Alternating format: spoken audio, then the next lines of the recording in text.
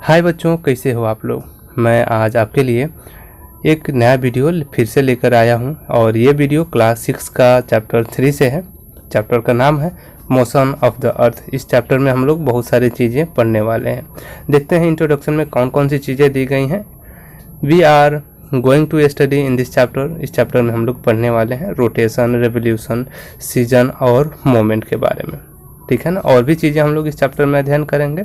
सबसे पहले बात करते हैं हम लोग रोटेशन की, और रोटेशन के बारे में हम लोग एक पिक्चर के माध्यम से समझते हैं। यहाँ पर अर्थ रोटेट करते हुए दिखाई दे रहा है और यहाँ पर जो अर्थ रोटेट कर रहा है इसे लग रहा है कि इसके जो दो पोल्स होंगे, एक तो नॉर्थ पोल और दूसरा साउथ पोल, ठीक है ना। और ये अपने एक्सिस पर लग रहा है कि ये रोटेट कर रहा है यहाँ से वेस्ट टू ईस्ट में, ठीक है ना। और दूसरा यहाँ पर दिया गया है रिवोल्यूशन। रिवोल्यूशन किसे कहते हैं, तो यहाँ पर पिक्चर में दिख रहा है आप लोगों को कि जो अर्थ है यह सन के चारों तरफ चक्कर लगा रहा है, यानी कि रिवोल्यूट कर रहा है, और इसी को हम लोग रिवोल्यूशन कहते हैं। तो दोनों में बेसिक चीज़ें हम लोग समझ लिए कि क्या अंतर है, ठीक है ना। इसको थोड़ा सा और डिटेल में हम लोग समझने का प्रयास करेंगे। सबसे पहले हम लोग रोटेशन के बारे में समझते हैं कि रोटेशन दरअसल है क्या और रोटेशन से क्या होता है। तो rotation is the moment of the earth on its axis. अब बोल रहा है कि जो अर्थ है ना यह अपने एक्सिस पर जब रोटेट करता है, ठीक है ना, तो इसी को हम लोग रोटेशन कहते हैं। और इसी कारण से days and night take place because of rotation. और इसी कारण से क्या होता है कि दिन और रात होते हैं। The day and night that you see are actually because of the rotation. और इसी कारण से आप क्या कर सकते हैं, अर्थ पर दिन और रात होते हुए देख सकते हैं। जैसे कि आपको पता है कि यदि यहाँ पर सन होता, ठीक है ना, और अर्थ रोटेट होते रहती तो इसके कुछ भाग में यहाँ पर लाइट ज़्यादा दिखाई देती है और अर्थ के पीछे वाले भाग में आपको लाइट नहीं दिखाई देती, ठीक है ना। कारण ये होता कि जो सन के सामने वाले भाग में, सन के सामने अर्थ का जो फेस आता वहाँ पर आपको दिन दिखाई देता, दिन होता, और जहाँ पर उसके पीछे वाले भाग में आपको रात हो जाता। तो वहीं बोल रहा है कि its axis the earth is an imaginary line. जैसे कि आप लोग समझ पा रहे हैं कि जो इसका एक्सिस है, जैसे कि हम लोग टॉप को देखें, लट्टू को नाचते हुए देखते हैं ना, कि लट्टू क्या होता है कि एक कील होता है और कील पर वो रोटेट करते रहता है, नाचते रहता है। लेकिन यहाँ पर कोई कील नहीं है, अर्थ ऐसे ही, ठीक है ना, रोटेट कर रहा है। और ये इस कारण से इसे हम क्या कहते हैं, इमेजिनरी लाइन कहते हैं, ठीक है ना।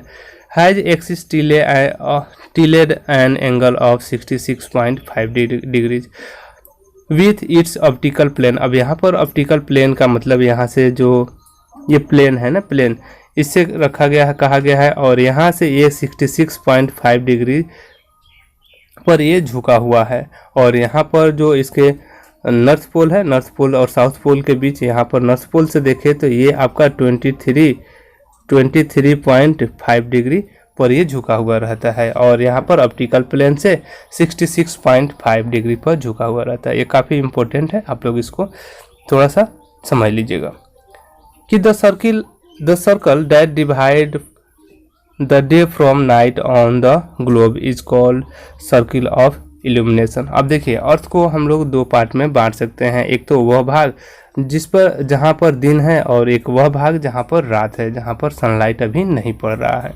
क्योंकि सनलाइट एक बार में अर्थ के आधे ही भाग पर पड़ पाता है और आधे भाग पर नहीं पड़ पाता है। तो ये दोनों को बांटने का जो एरिया है, जिससे हम दोनों को बांट सकते हैं, कहाँ दिन है कहाँ रात है, इसी को हम इल्यूमिनेशन कहते हैं। दूसरी चीज़ है कि जो अर्थ है ये हमेशा रोटेट होते रहती है, कहाँ, वेस्ट टू ईस्ट की तरफ, यहाँ पर रोटेट आपको होते हुए दिखाई दे रही है। आगे हम लोग बढ़ते हैं, आगे हम लोग देखते हैं कि जो इल्यूमिनेशन है, जिसके बारे में मैंने आप लोगों से अभी चर्चा किया, यह आपको पिक्चर में अभी स्पष्ट रूप से दिखाई दे रहा होगा। यहाँ लग रहा होगा कि अर्थ को 2 पार्ट में यहाँ बंट रहे हैं। अब एक तो आधे पार्ट जहाँ पर सनलाइट बिल्कुल अच्छे तरीके से पड़ रहा है, और आधे पार्ट जहाँ पर सनलाइट बिल्कुल नहीं पड़ रहा है। जहाँ पर सनलाइट पड़ रहे हैं वहाँ दिन है, और जहाँ सनलाइट नहीं पड़ रहे हैं वहाँ पर ये रात है।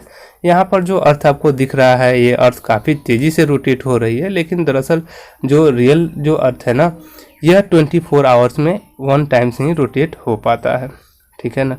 तो हम लोगों ने इसको भी थोड़ा सा समझ लिया और आगे हम लोग देखते हैं कि रिवोल्यूशन ऑफ द अर्थ क्या है। तो थोड़ा सा हम लोग रिवोल्यूशन के बारे में देखेंगे। Revolution is the second type of motion of the अर्थ। अब जैसे कि हम लोगों ने फर्स्ट टाइप ऑफ मोशन के बारे में देखा था कि फर्स्ट टाइप में केवल रोटेशन हो रहा था। अभी आपको जो यहाँ इमेज जो दिख रहे हैं ना, ये रोटेशन का एग्जांपल है, यह अपने एक्सिस पर रोटेट कर रहा है। लेकिन दूसरा है रेवोल्यूशन, ठीक है ना। और रेवोल्यूशन के बारे में हम लोगों ने देखा कि यहाँ पर जो पिक्चर्स में आप लोग यहाँ अर्थ को रिवोल्यूट करते हुए देख रहे हैं सन के चारों तरफ, ये आपका रेवोल्यूशन का एग्जाम्पल्स है। तो हम लोग सबसे पहले रेवोल्यूशन को देखेंगे। रेवोल्यूशन फिक्स पाथ और ऑर्बिट। अब जो रेवोल्यूशन है अर्थ के चारों तरफ जो चक्कर लगाते रहता है, इसका जो रास्ता है यह एक फिक्स है, ये चेंज होने वाले नहीं है, ठीक है ना। और इसको 1 ऑर्बिट में वन राउंड लगाने में कितने टाइम लगते हैं, जैसे कि आप लोग यहाँ पर देख रहे हैं कि यहाँ पर जो अर्थ है ये सन के चारों तरफ काफ़ी तेज़ी से चक्कर लगा रहा है। लेकिन अर्थ दरअसल में इसको 1 राउंड चक्कर लगाने में 365 डेज और 1/4 आवर लगते हैं, ठीक है ना। इसके बारे में हम लोग आगे भी पढ़ेंगे थोड़ा सा और इसको हम लोग समझने का प्रयास करते हैं। रेवोल्यूशन फिक्स पाथ रहता है। Revolution Qs changes off season, और रेवोल्यूशन के कारण ही मौसम में चेंजिंग होता है। इसको भी हम लोग डिटेल रूप में समझने का आगे प्रयास करेंगे। जो रेवोल्यूशन है टेक 365 डेज और 6 आवर्स 1 ईयर में।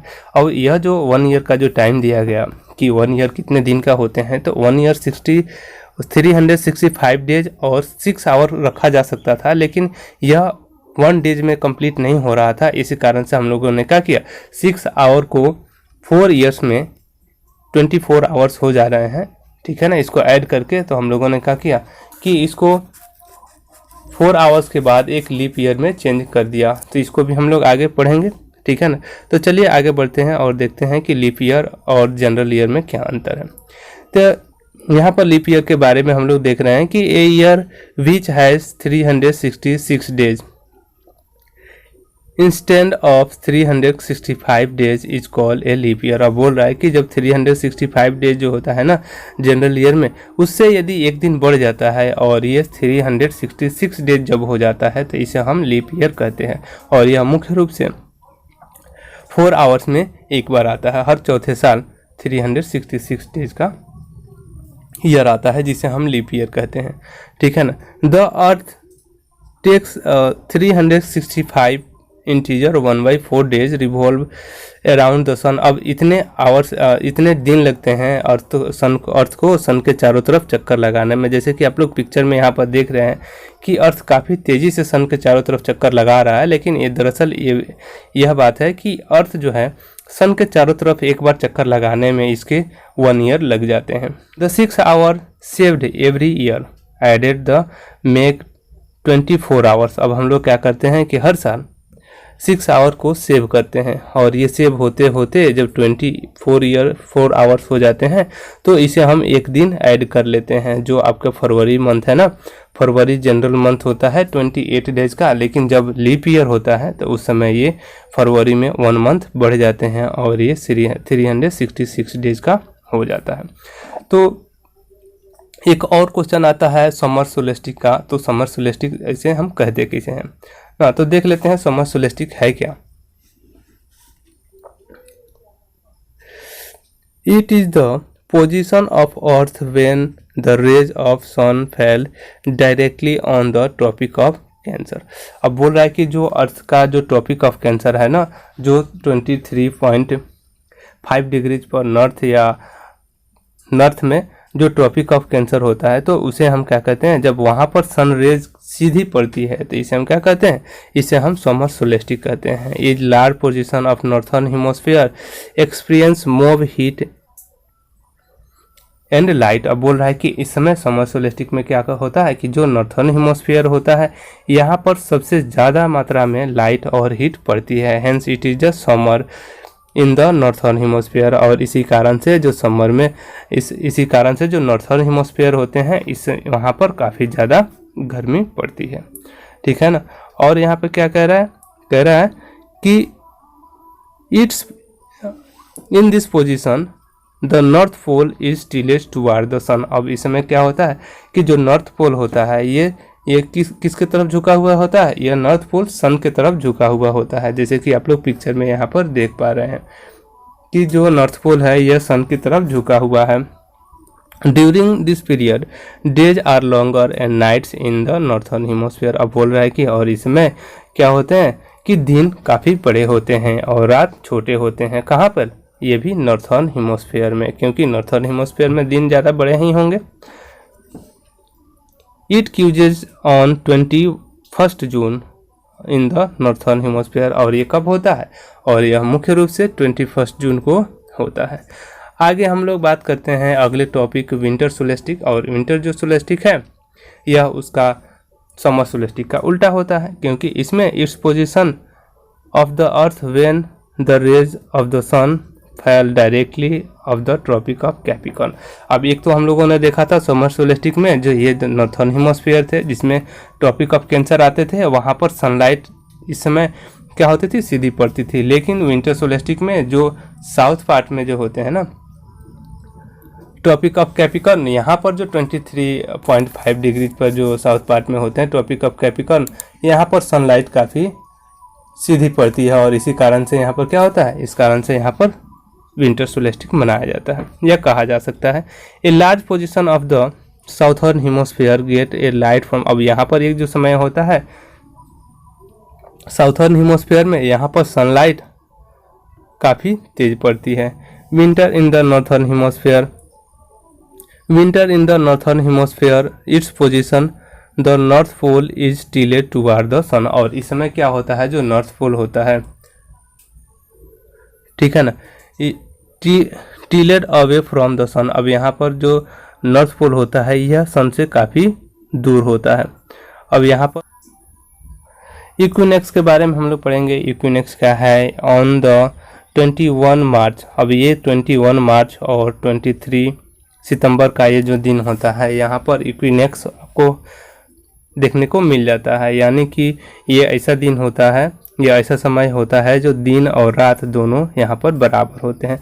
नॉर्थर्न हेमिस्फीयर में भी और साउथर्न हेमिस्फीयर में भी, दोनों जगह दिन और रात बराबर होता है।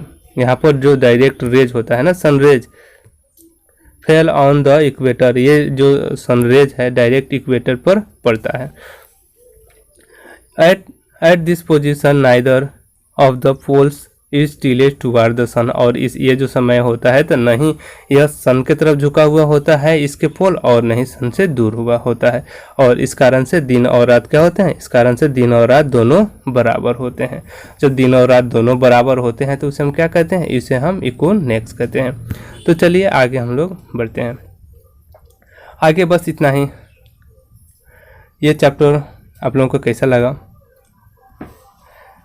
चलिए अब उसे हम इक्विनेक्स कहते हैं। यदि आप हमारे चैनल पर नए हैं तो हमारे चैनल को लाइक कीजिए, सब्सक्राइब कीजिए और बेल आइकन ज़रूर दबाइए ताकि आपको अगले वीडियो का नोटिफिकेशन मिल सके। और आप इस चैप्टर का PDF डाउनलोड करना चाहते हैं तो डिस्क्रिप्शन में चले जाइए और वहां से आप इस चैप्टर का PDF और नोट्स डाउनलोड कर सकते हैं। टेलीग्राम पर भी आप जाकर के इससे संबंधित इसके जो सॉल्यूशन है उसको आप ले सकते हैं। तो आज के लिए बस इतना ही, मिलते हैं फिर अगले वीडियो में, तब तक के लिए।